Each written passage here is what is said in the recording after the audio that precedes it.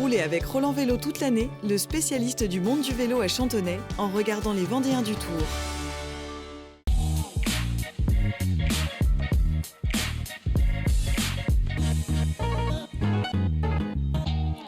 Bonjour à tous et bienvenue dans ce nouveau numéro des Vendéens du Tour. Ce jeudi 8 juillet, 12e étape du Tour de France entre Saint-Paul-Trois-Châteaux et Nîmes. Un terrain a priori favorable aux sprinteurs avec 159 km à parcourir et 155 coureurs au départ. À noter l'abandon du Slovaque Peter Sagan qui n'était donc pas au départ de cette étape. Je vous le disais, une étape que l'on pensait destinée aux sprinteurs. Après 15 km de course, on assiste à une échappée avec 13 coureurs, parmi eux le champion du monde Julian Alaphilippe, mais aussi le Norvégien Edvald Boasson-Hagen du team Total Energy. L'écart grandit très rapidement, il est de 6 minutes à 125 km de l'arrivée, puis il grimpe à plus de 9 minutes à 100 km. On roule à plutôt bonne allure, près de 46 km/h de moyenne sur la première heure. L'écart atteint les 10 minutes, puis arrive la seule difficulté du jour, la côte du Belvédère de Taro, classée en 3e catégorie à 84 km de l'arrivée. Le peloton franchit le sommet avec 12 minutes de retard sur les échappés. Il semble donc que l'on ait abandonné l'idée de rattraper les hommes de tête et de disputer la victoire sur un sprint massif. À l'avant, on l'a compris et certains tentent de sortir du groupe. C'est le cas de l'Allemand Nils Politt, du Britannique Connor Swift et du Slovène Luka Mesgej à 46 km de l'arrivée.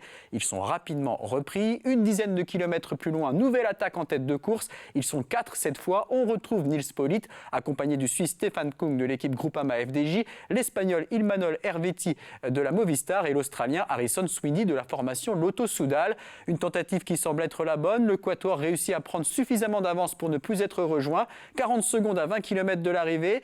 Stefan Kung lâche 5 km plus loin à la suite d'une accélération de Sweeney. Ils ne sont plus que 3 jusqu'à ce que Nils Politt attaque et lâche ses deux compagnons d'échappée alors qu'il reste 11 km à parcourir. Il fait parler sa puissance sur cette fin de course. Il adjuge la victoire. Imanol Herveti prend la deuxième place devant Harrison Sweeney. C'est donc une victoire de Nils Politt en 3 heures et 22 minutes. Imanol Herveti deuxième, Harrison Sweeney troisième. Quatrième place pour Stefan Kung. Edvald Boasson-Hagen de Total Energy termine à la 12e place. Le peloton termine cette étape avec près de 16 minutes de retard sur le vainqueur. Au classement général, pas de grand changement. Les écarts restent les mêmes en tête avec 5 minutes 18 d'avance pour le maillot jaune Tadej Pogačar sur Rigoberto Urán. Jonas Vingegaard 3e à 5 minutes 32. Le premier français Guillaume Martin 9e à 9 minutes 29. Et le premier coureur du team Total Energy, c'est toujours Pierre Latour, 49e à un peu plus d'1 heure et 21 minutes. Ce vendredi, le Tour de France va poursuivre sa route vers le sud avec la 13e étape entre Nîmes et Carcassonne. Et comme chaque jour, Anthony Charteau nous livre son analyse.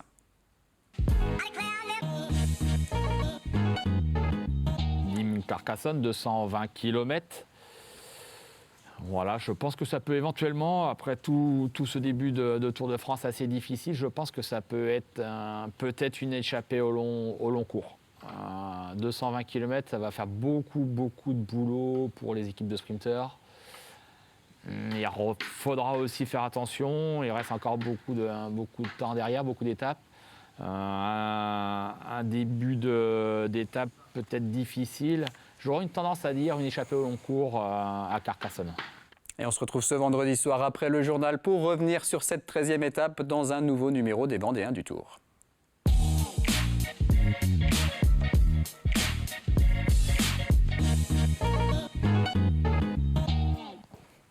C'était les Vendéens du Tour avec Roland Vélo, ouvert du mardi au samedi à Chantonnay.